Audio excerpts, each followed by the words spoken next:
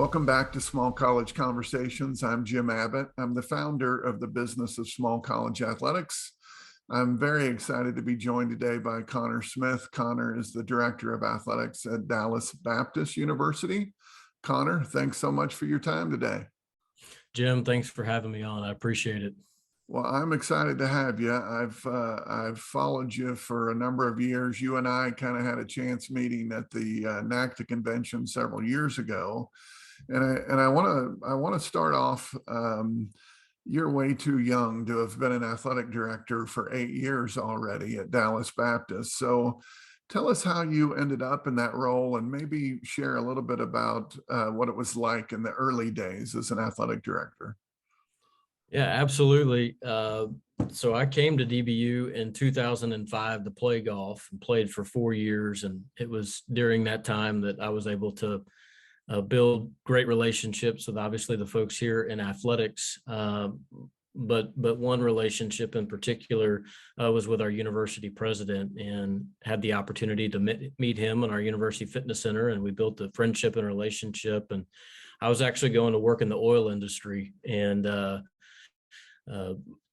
approaching graduation. So in 2008, 2009 is when the housing market crashed, the oil industry plummeted. And so the job opportunity I had fell through. I stayed here. In long story short, I worked in a few different areas. I was a graduate assistant golf coach. I worked as a student worker at the same time for our university president and our alumni director. And then that transitioned into a full-time role with our executive vice president, who was more or less our COO of the institution, who's now the president over at East Texas Baptist University. And then moved to athletics. An opportunity opened up in athletics in 2011. My first week on the job was our first ever super regional appearance in the sport of baseball, and we were playing Cal Berkeley out in California. And about a year, three years down the road from there. So in 2013-14, our athletic director at the time, Ryan Irwin, who's now the vice president for athletics out at ETBU, took an opportunity at a school in Claremore, Oklahoma. And they asked me to step in and be the interim athletic director. And, flying by the seat of my pants, not really knowing what I was doing besides showing up every day and putting my head down and, serving. And then 10 months later, they asked me to be the permanent athletic director. And that was at age 27 years old. And, 26, 27-year-old really had no business being an athletic director, of a multi-divisional institution. We had about 17 or 18 sports at the time. But I had, very, very fortunate to be able to have very strong relationships with our coaches, a lot of our coaches, and knew them very well from just some of those previous roles that I served in, and being a former student athlete. And so those early days were, I'm not exactly sure what this day is going to look like or what it's going to hold, but I'm going to show up. I'm going to do the best I can. I'm going to build relationships. I was very intentional in building relationships with peers outside of DBU, so other athletic directors in the industry. And there were several that just were generous enough of their time and willingness to jump on the phone with me and answer any questions. But all I knew to do was to show up, work hard, do the very best that I could, and advocate for our coaches and our student athletes, and just build authentic and genuine relationships with our coaches. And thankfully and fortunately, I was really lucky, and we were really lucky to have some very, very dynamic, strong leaders in our head coaches. And so that made my job in the early days a lot easier, maybe than others might experience in their early years as an athletic director. So it was, it doesn't seem that long ago. And those first 4 or 5 years were trial by fire. I feel like that's still the case in our industry, but it was tough, but I didn't have kids at the time. So, was, if I wasn't sleeping, I was working but it was a lot of fun. We've got great people, so that made it even more fun. Well, two great reminders. I was certainly older than you when I became an athletic director. I was 38, but was equally overwhelmed. I had spent years working in athletics, but it didn't prepare me for leading the department. The other really important point I think that you make, I've heard the saying more than once: you can't soar like an eagle if you're surrounded by turkeys. And having a great veteran staff will make so many differences for you as an athletic director. So I, I get to talk to lots of people in this with our small college conversation series, and everybody has such unique ways that they really got started. And your story is unique as well. I want to switch gears a little bit because, after those early days of kind of finding your way, you really sort of set a path for DBU athletics. And one of the things that I've seen you do is really grow the department. You guys have gone from about 300 student athletes to now a little over 400. And I just wonder if you might talk a little bit about what are some of the things that you consider as you're adding sports, and what are some of the lessons that you've learned as you guys have done that? Yeah, no, great questions. And you're right. We had, I think, 301 student athletes when I first started in this role, and then this past fall we eclipsed the 400 mark. In fact, we were right around 420. So as an enrollment driven institution, obviously there's several institutions around the country who are strategically exploring new programs, whether that be on the academic side or within athletics, to recruit and attract new students. And so we're fortunate that we are in a major metropolitan area, being here in the DFW Metroplex, where youth sports are on the rise.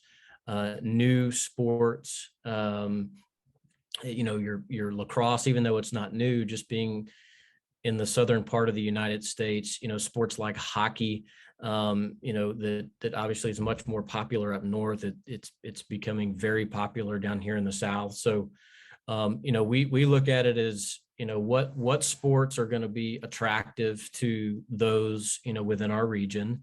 And then we really look at it from a business standpoint of a return on investment and ROI. So we've got,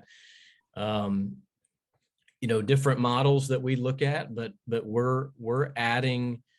We're not just adding to add. We're not just adding to grow the number of sports that we offer under the Department of Athletics. We're very strategic in looking at several different areas of, yes, your return on investment, but also, what's going to help us retain students. What are new trends, in sports in general and youth sports in the Metroplex or the southern part of the country. And then what makes sense for DBU? What's going to be a good fit for DBU? There may be some sports that may have a lot of upside in some areas, but they may not be great, fits for us at this particular time. Maybe there's some facility constraints. Maybe there's a few other categories that just make it not possible at that particular time. But, one thing that we talk about often is slow, sustainable growth. We're not trying to add as many sports as we can in a fast pace. We want to look at, one foot in front of the other, slow, sustainable growth. What are we able to add that we are also able to support at a high level as well? I think one thing, we've made some mistakes. I think everyone has, in terms of how they are adding sports and what pace. I have been very fortunate to work at an institution that understands, the investment oftentimes needs to match the expectation. If the expectation is to be able to add, more students and retain students, and to operate the program for example, if it's a club sport, if we want to operate it like an NCAA sport, well, we need to consider investing in the infrastructure of that program, staffing, budget, et cetera, to be able to operate at a high level. And so, that's a very long-winded answer to a shorter answer that could be, it's an enrollment strategy, but we're looking at slow, sustainable growth. What's our university and our athletic department going to be able to sustain and operate within a high level, while also adding some of these new opportunities for recruits? Yeah, that makes a lot of sense. I wonder, are there still other opportunities on your list that you continue to explore? It doesn't sound like you have this goal that we need 550 student athletes. It's more opportunity, I suppose. But are there still other things that you might be considering for the future? There are. I mean, we've got a list. I've got a list of about 7 to 10, 8 to 10 sports that we currently don't have that we're running all of the financial models on to see if they're going to make sense from an economic standpoint, but also, we're at a point in time in kind of the life of DBU athletics where, facilities, you only have so many facilities on campus and so many hours in the day, and you can't have teams practicing at certain times of the day because of classes. And so we're at this kind of unique point to where in order to unlock the door to a few of those new sports, we're going to have to add some new facilities. So that's a part of our plan, our vision for the future. If you look at it like from a 5 to 10 year plan, we've got a lot of, we've got big ideas and a big vision, and it's just, thinking through and being, strategic in which ones are going to come first and how they're going to work and how they're going to, add to the overall mission and vision of what we're trying to do. Currently, we're at one out of every 6. I think as we grow the traditional undergraduate enrollment population here at DBU, that we'll consider adding more sports. Okay. So excited for the future. Yeah, it makes sense. It's so important to be strategic. I certainly see schools that just sort of decide, let's add these 3 or 4 and we'll get more students. And you're right, things in terms of facility use, athletic trainers, compliance and eligibility, there are often a lot of details that aren't contemplated as people are sort of rushing to hire a coach and try to recruit a team. I want to stay in this same general area because you have 25 total sports within your athletic department. You have the meat of your department that competes in Division II. You have one program that's higher profile, baseball, that competes at Division I. And then you have 7 or 8 that are club sports that range from bass fishing to stunt and various other areas. And so what's it like managing a department that has that many different sort of areas, and what are some of the challenges that may exist because of it? Yeah, well, it's possible with great people, of course, and that in order to do things at a high level and accomplish what you're trying to accomplish, we've been fortunate enough to hire great people, and we've got phenomenal coaches.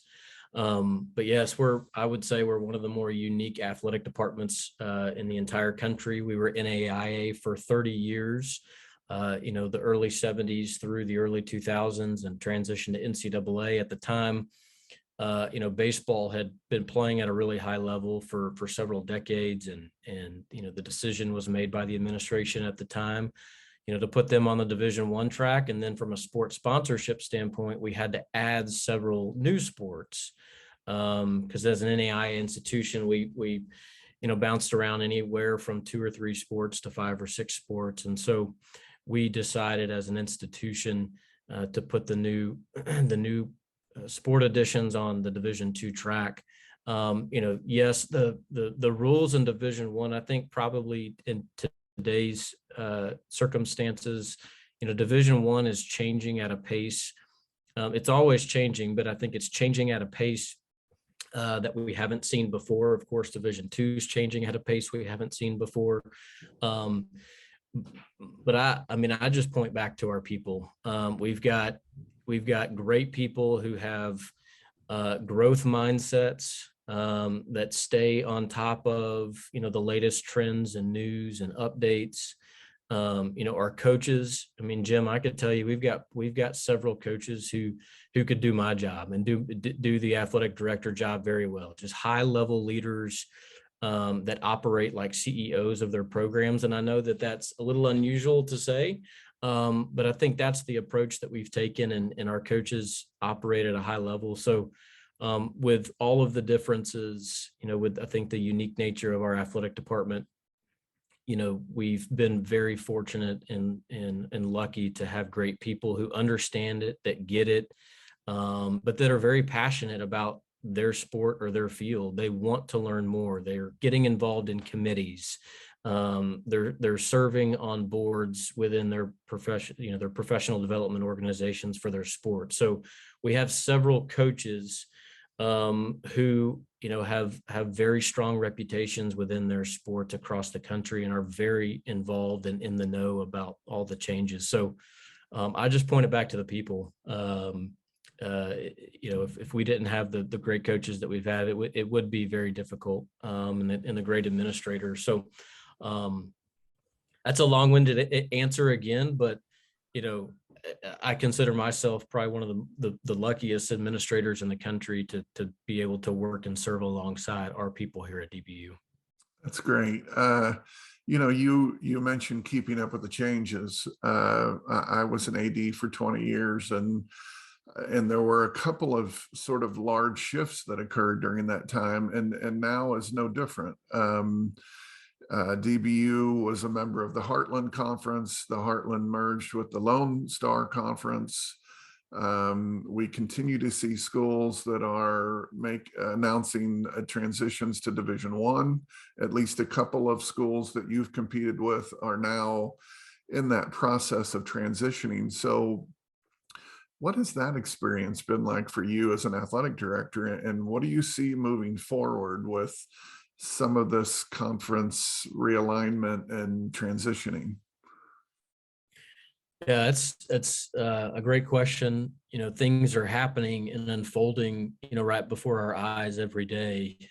New breaking news stories that are popping up 2 and 3 times a day. For us, we have a mission, being a private faith-based institution.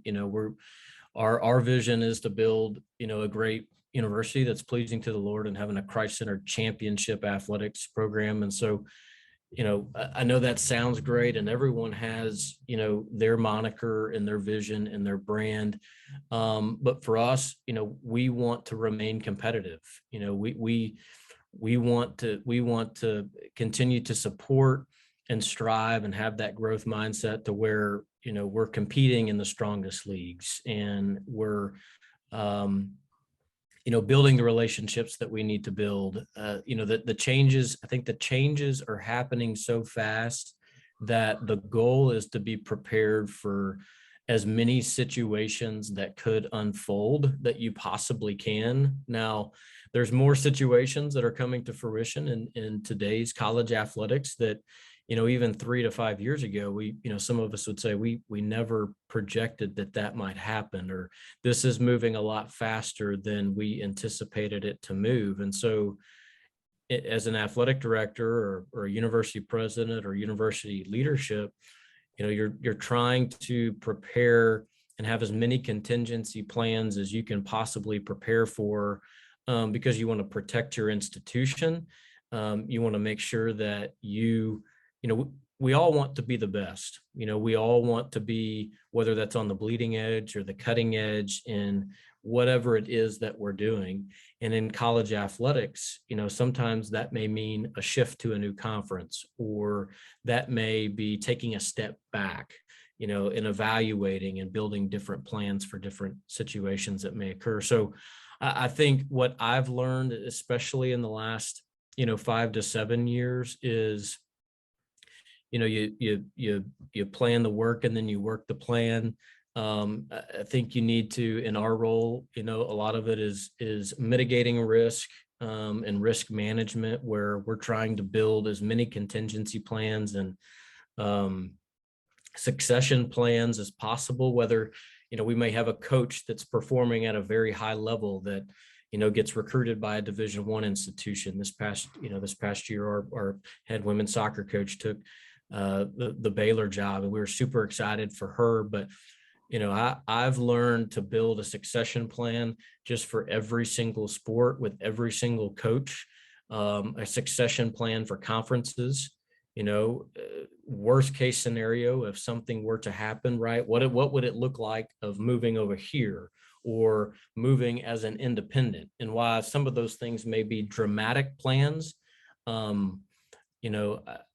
think that's the golfer in me. When you learn, if your swing is just not there that day, you got to figure out some way to get the ball in the hole, right? And there's no pictures on the scorecard. So whatever your score is, that's your score. You're trying to get it in the hole in as few amount of shots as possible. And I look at it from like that of, when things aren't going the way that you expected them to go, you still have to figure out a way to accomplish the goal and accomplish the mission. And that's high level, competitiveness, that's providing those top level experiences for your student athletes. So the goal, the main thing is still the main thing. And as an athletic director, you have to figure out how to make that happen and be prepared for just about as many scenarios that could play out for your institution, and stay in the know. I mean, as I mentioned, as we know, things are happening at such a fast-paced level. When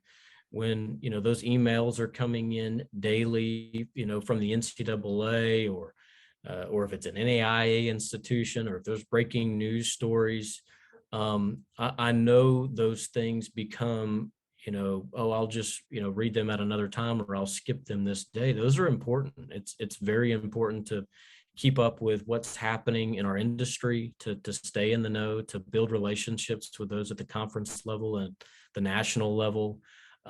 Because at the end of the day, my job here at the university is to protect the institution, to protect the athletic department, and make sure that, we are going to have a situation that's positive and enriching for our student athletes. And sometimes that means there's tough conversations and tough scenarios and situations that make you feel uncomfortable. But at the end of the day, that's the job. And it's a battle right now. That's for sure. It is a battle in our industry to make sure that we're doing what we need to do at a high level. I love your golf analogy because that fits perfectly with my game. It's rare that I just hit every green and make every putt. I'm always scrambling, and what's interesting in this whole process, and what not everybody understands, is sometimes it does just come out of the blue. Even though we're partners in a conference with a school, and we've played them for 20 years and expect to play them for 20 more, we don't always know that their announcement that they're leaving the conference is imminent. And so many times as an athletic director, you have to have a contingency plan, and you have to be able to act. And so I appreciate your answer, and I admire the nimbleness that is often required for us to deal with some of these situations. I want to talk a little bit about, you mentioned financial pro formas as you're adding sports. Well, revenue generation is another big part of the job. And a couple of years ago, you launched something called the Patriot Athletic Fund, which is sort of this umbrella organization for external revenue generation. Talk about the approaches that you guys take to generate external revenue, and why that's important to the planning and operation of your department. Absolutely. Yeah, we had a lot of fun, launching our first ever booster fund initiative. I mean, we obviously had been familiar with launching, capital campaigns and raising money for buildings and facilities, but the institution had never had an athletics and booster fund or annual fund with a name where you could promote it and create different levels for folks to give to and participate in. And you mentioned it's everything under the Department of Athletics that's development, that's fundraising. It all falls under the Patriot Athletic Fund. We've got several programs now, and we're working on some projects now where we're creating some individual excellence funds, and sports are having fun. They're going to be giving names to their own booster funds. But for us, it's easy, low-hanging fruit, creative ways that our alumni, that our constituents, that our parents can get involved. Giving it a name, creating contests. I mean, there's a long list of things that we're doing in a given year from a fundraising standpoint, whether that's events, banquets, golf tournaments. We've got several new, fun, exciting projects happening now, and some plans for the future to add on to that. Our coaches are getting really creative. I think one really exciting thing, and I've been so proud of several of our coaches who are taking initiative and kind of running with different ideas and borrowing ideas from other institutions. Not every single sport program is walking only down the highway or driving down the highway of raising money a certain way. We have some programs who want to do more camps a year to generate more revenue. We have some programs with some of our facilities that we are on a pretty aggressive path to rent out facilities when our teams are not participating. For example, our baseball team's about to be on the road for 2.5 weeks. And so we've got UIL playoffs coming up, TAPS playoffs in the state of Texas. And so, our baseball facility is going to be reserved just about every other day, it seems, with multiple games a day happening over the weekends, with some of the biggest high schools in the state of Texas competing in playoffs. And so there's a number of different, we're always trying to identify new and creative ways that make sense for DBU to bring in external revenue.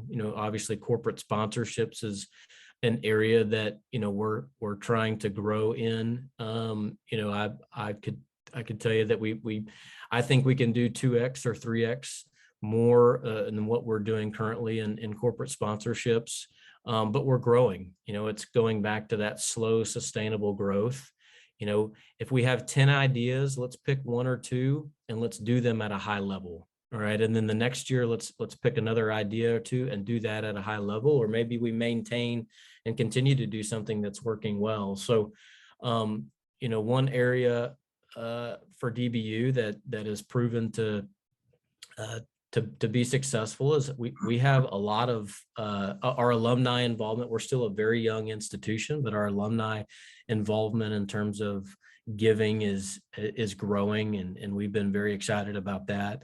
But another area is parents. I do a few things a year where, I send out correspondence or letters that just share about opportunities that our parents can get involved, and there's some unique situations there, but I think if we take a step back and you look at what's happening in the state of Texas, or even in Oklahoma with some of the Union and Jinx and high schools like that, where these booster funds are becoming so big and they're becoming such a big part of the athletics culture, that I think a lot of folks coming up now into high school, they're used to that. They're used to a booster fund. They're used to additional ways that they can support, their son or daughter's program.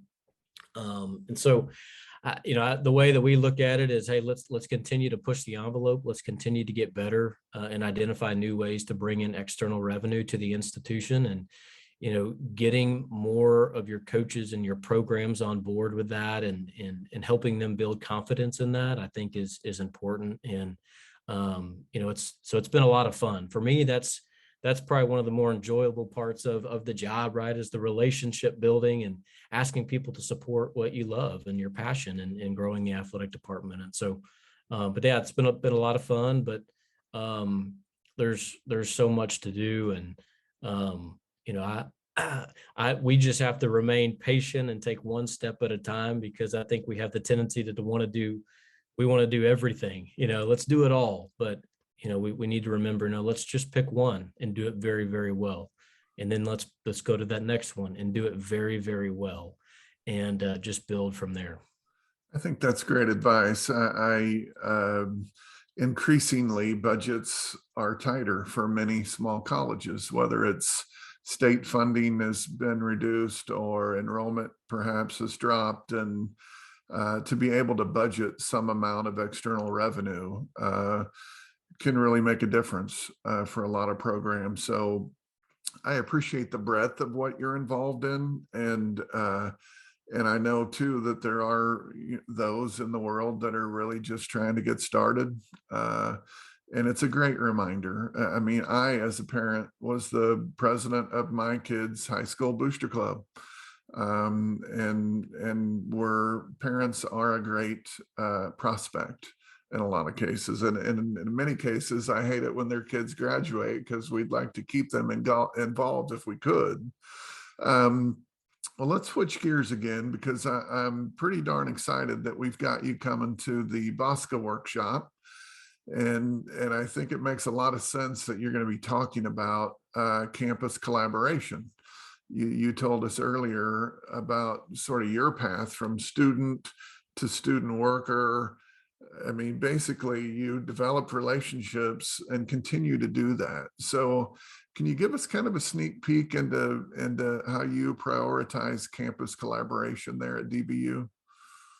Absolutely. Well, I think it's arguably one of the most important things that we can do as athletic directors, and you hit on it, is build relationships with different key leaders across campus, different vice presidents and directors and deans, and so we fortunately, DBU had a great culture before I was even a student here, and has had a phenomenal culture with great leaders that have been intentional of collaboration across campus. And so when I stepped into this role, there was really already a blueprint for that collaboration across campus, and taking advantage of those relationships, and leveraging those relationships to do some really special things.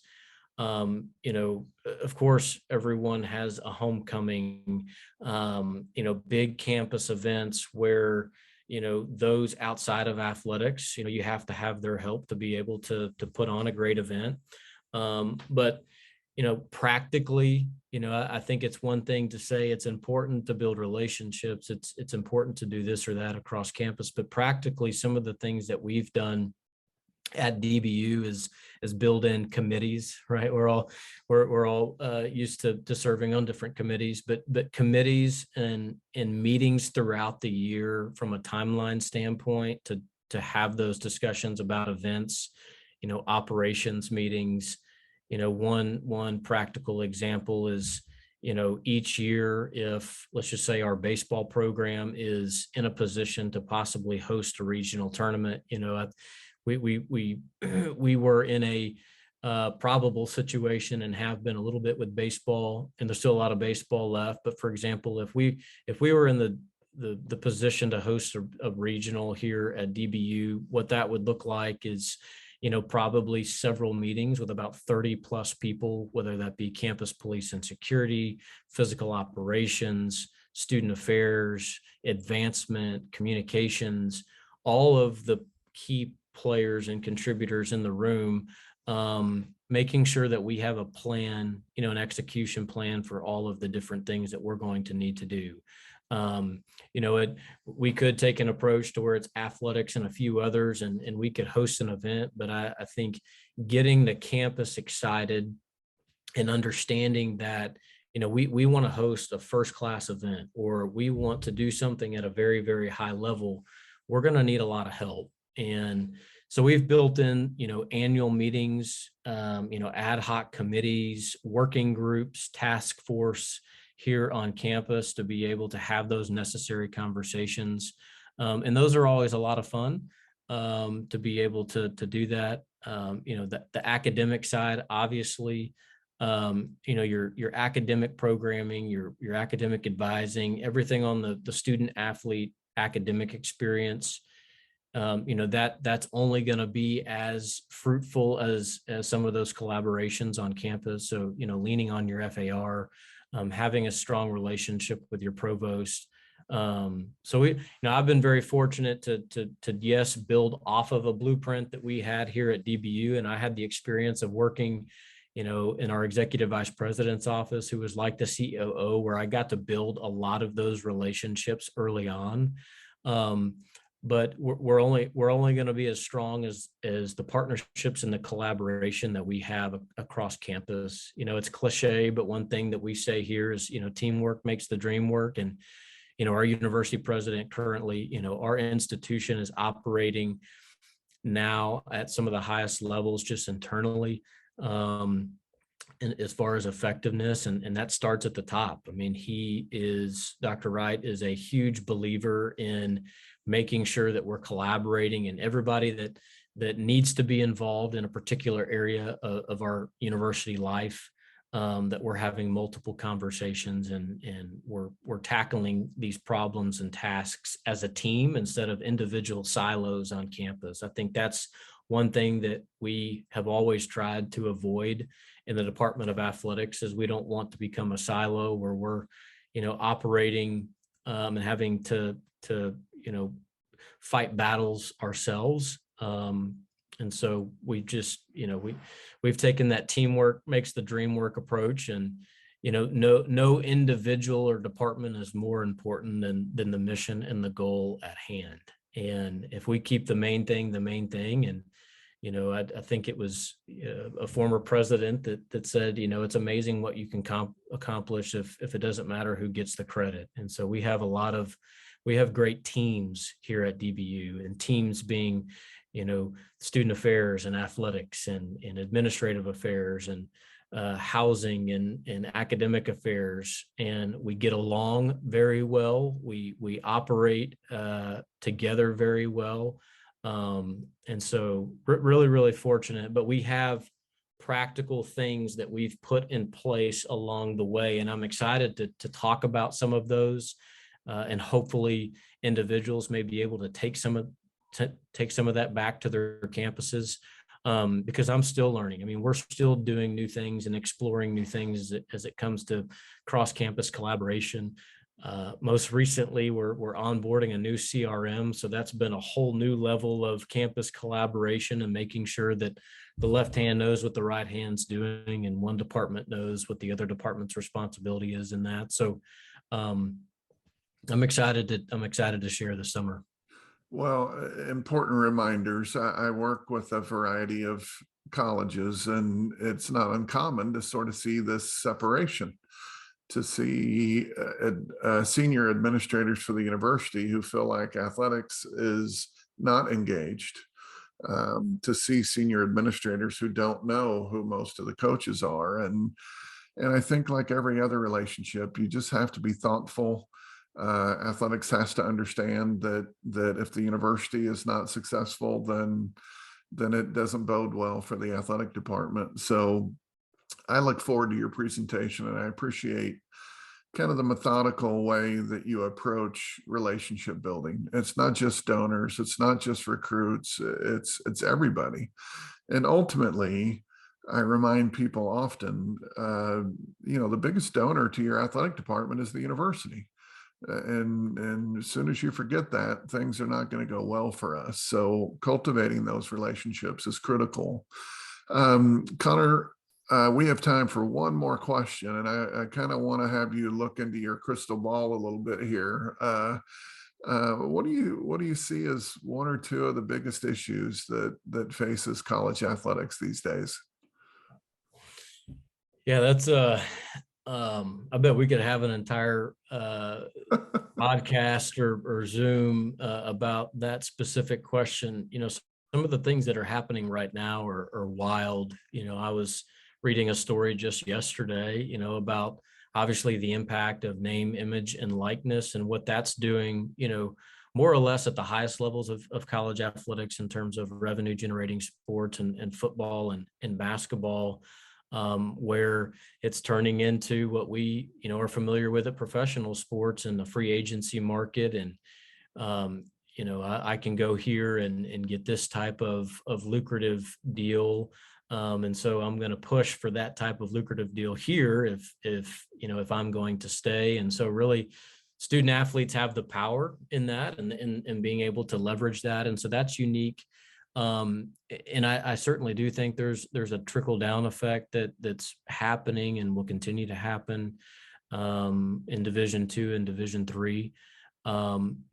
Specifically for small colleges, it's the economics, it's the finances. I think I just came from a meeting just before this discussion, about a change in our tuition model, switching from a per credit hour to a block tuition. Um, Higher education in general, has turned into what I think some would argue is the marketing game. Come here and we can give you this, and how schools market that and package that and present that to students. So bigger than athletics, I think, is just the competitiveness of higher education, and schools like DBU or small universities are having to get very creative and strategic on, how they are going to market and pursue their, I hate to use this term, but I mean, our customers are the students. And, those students that we're recruiting and their families, schools are having to get very creative. So I think that's going to be one of the biggest challenges for smaller colleges is the bigger conversation of higher education in general, and how we are going to continue to either sustain what we're already doing from an economic standpoint, or how are we going to grow? How are we going to compete to those that are listing us, as one of their top 3 or top 4 choices as a school? Obviously, there's some niche and unique things in athletics, and how coaches are having to change how they're packaging scholarships, how they're presenting and hosting recruits. All of higher education, and I think that this is a byproduct of, I think, the consumer behavior in the world that we live in today, is we can't keep doing the same thing that we've always done and expect the same results. We are going to have to continually adapt and change and alter, while also staying true to our university missions and visions and what we're striving to do long term. And so I think the bigger higher education 20,000 foot view is more or less the big challenge for small colleges, and how athletics plays a part in that is important as well. But the competitiveness in higher education, and how schools are trying to survive, frankly, and grow is a huge mountain to climb. And it's going to take an entire university family, rowing the boat in the same direction, as the author John Gordon would say,